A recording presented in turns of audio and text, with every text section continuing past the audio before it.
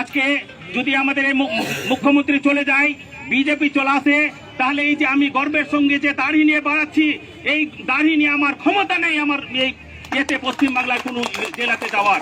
এদেরকে ধন্যবাদ রাখি। আপনারা যেই করেন না কেন, আগামী নির্বাচনে এই যে আমাদের সাবিনাদি দাঁড়াবে, মানে তৃণমূলের প্রতীক নিয়ে দয়া করে সকলে কিন্তু একসঙ্গে একজোট হয়ে ভোটটা দিবেনই। কেননা যে যদি আমাদের মমতা ব্যানার্জি এতে না থাকে দায়িত্বে, তাহলে কিন্তু বিজেপি চলে আসবে। আর বিজেপি চলে আসলে আমাদের মুসলিমরা পশ্চিম বাংলাতে থাকতে পারবে না, তখন তাড়াবে বাংলাদেশ, বলবে পাকিস্তান যাও। এখনই তো আমাদের মুখ্যমন্ত্রী এই দায়িত্ব থাকা অবস্থায় বিজেপিরা বলছে যে মুসলিম তাড়াও, দেশ বাঁচাও, মুসলিম তাড়াও, কেমন আর কি আমাদেরকে তো কাজেই বলছি আমরা ঐক্যবদ্ধ হয়ে আমাদের অভিষেক ব্যানার্জি, আমাদের মমতা ব্যানার্জি, সাবিনাদি কে এদেরকে আমাদেরকে রাখতেই হবে আর কি। যদি না রাখি তাহলে কিন্তু আমাদের মুসলিমদের বিশেষ করে ভয়ানক অবস্থা হবে। নমস্কার, সন্ময় স্পিক্স থেকে বলছি, সন্ময় বন্দ্যোপাধ্যায়। দেখুন, তৃণমূল কংগ্রেস যে বেসিক্যালি একটি নির্দিষ্ট ধর্মীয় সম্প্রদায়ের পছন্দের দল এবং সেই ভোটে ম্যাক্সিমাম ভোটে পুষ্ট দল, এবং এই রাজ্যে দাঁড়িয়ে তৃণমূল কংগ্রেস বেসিক্যালি যাদের দুধেল গাই বলেন বা একটি নির্দিষ্ট জনগোষ্ঠীকে খুশি করে তোলার রাজনীতি করেন। আপনারা যে ভিডিওটা দেখলেন, সেই ভিডিওটা প্রমাণ যে সাবিনা ইয়াসমিন, যিনি সেচ দপ্তরের প্রতিমন্ত্রী, তাকে সামনে বসিয়ে একজন মানুষ বলছেন যে আমরা এ রাজ্যের বাইরে অন্য রাজ্যে যেতে গেলে আমরা দাড়ি রাখতে পারবো না। অর্থাৎ এই রাজ্যে দাঁড়িয়ে এই ধরনের সাম্প্রদায়িক বক্তব্য যখন একজন নেতা একজন মন্ত্রীর সামনে বসে বলেন, সেটা অপরাধ নয়, পুলিশের চোখে পড়ে না, সাইবার ক্রাইম দপ্তরের হাতে পড়ে না, রাজীব কুমারের হাতে পড়ে না, ভবানী ভবনের হাতে পড়ে না। মমতা বন্দ্যোপাধ্যায় এই রাজনীতিটাই করেন পশ্চিমবঙ্গে। আমি বলছি, মমতা বন্দ্যোপাধ্যায় পশ্চিমবঙ্গে দিনের পর দিন এই রাজনীতিটাই করেন। ঈদের নামাজের অনুষ্ঠানে গিয়ে বিজেপি প্রবর্তিত হিন্দু ধর্ম হচ্ছে গন্ধা ধর্ম, হিন্দু ধর্ম হচ্ছে গন্ধা ধর্ম বলছেন এ রাজ্যের মুখ্যমন্ত্রী মমতা বন্দ্যোপাধ্যায়।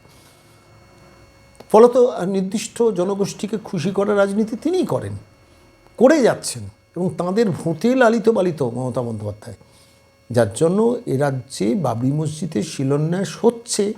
মমতা বন্দ্যোপাধ্যায়ের দলেরই বিধায়ক হুমায়ুন কবির, তিনি 2024-এর 12ই ডিসেম্বর তো বলেছিলেন, মমতা বন্দ্যোপাধ্যায় তাকে বারণ করেননি।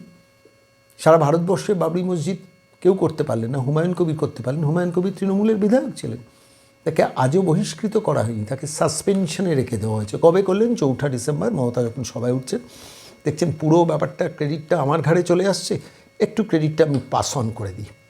বাংলার মানুষ ভাবুন, 2026-এর নির্বাচনের আগে তৃণমূল কংগ্রেস দলটাকে পার্মানেন্টলি বিতাড়ন করবেন কিনা। আর যদি বিতাড়ন না করেন, তাহলে এই রাজনীতি আরও বেশি করে দেখতে হবে, যেখানে দাড়ি নিয়েও কথা বলছেন। একজন মন্ত্রীর সামনে বক্তৃতা দিতে গিয়ে বলছেন, দাড়ি নিয়ে আমি অন্য জেলায় যেতে পারবো না যদি তৃণমূলকে না যেতে পারি।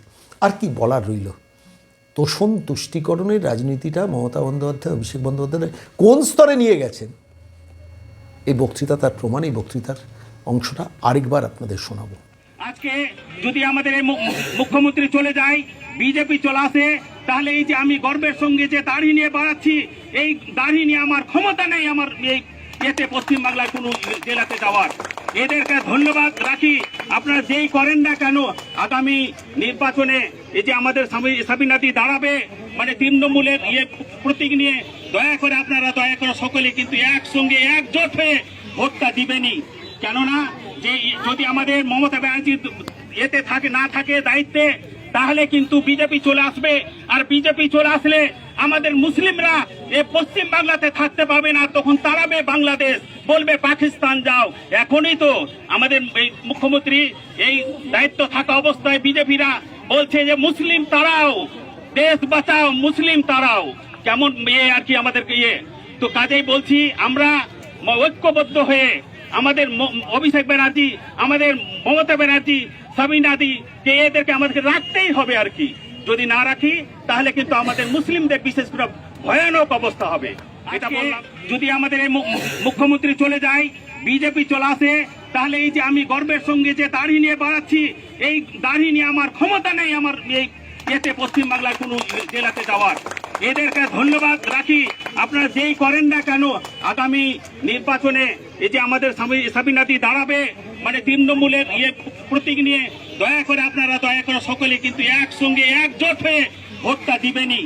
কেননা যে যদি আমাদের মমতা ব্যানার্জি এতে না থাকে দায়িত্বে, তাহলে কিন্তু বিজেপি চলে আসবে। আর বিজেপি চলে আসলে আমাদের মুসলিমরা পশ্চিম বাংলাতে থাকতে পারবে না, তখন তাড়াবে বাংলাদেশ, বলবে পাকিস্তান যাও। এখনই তো আমাদের এই মুখ্যমন্ত্রী এই দায়িত্ব থাকা অবস্থায় বিজেপিরা বলছে যে মুসলিম তাড়াও, দেশ বাঁচাও, মুসলিম তাড়াও, কেমন আর কি আমাদেরকে তো কাজেই বলছি আমরা ঐক্যবদ্ধ হয়ে আমাদের অভিষেক ব্যানার্জি, আমাদের মমতা ব্যানার্জি, সাবিনাদি এদেরকে আমাদেরকে রাখতেই হবে আর কি।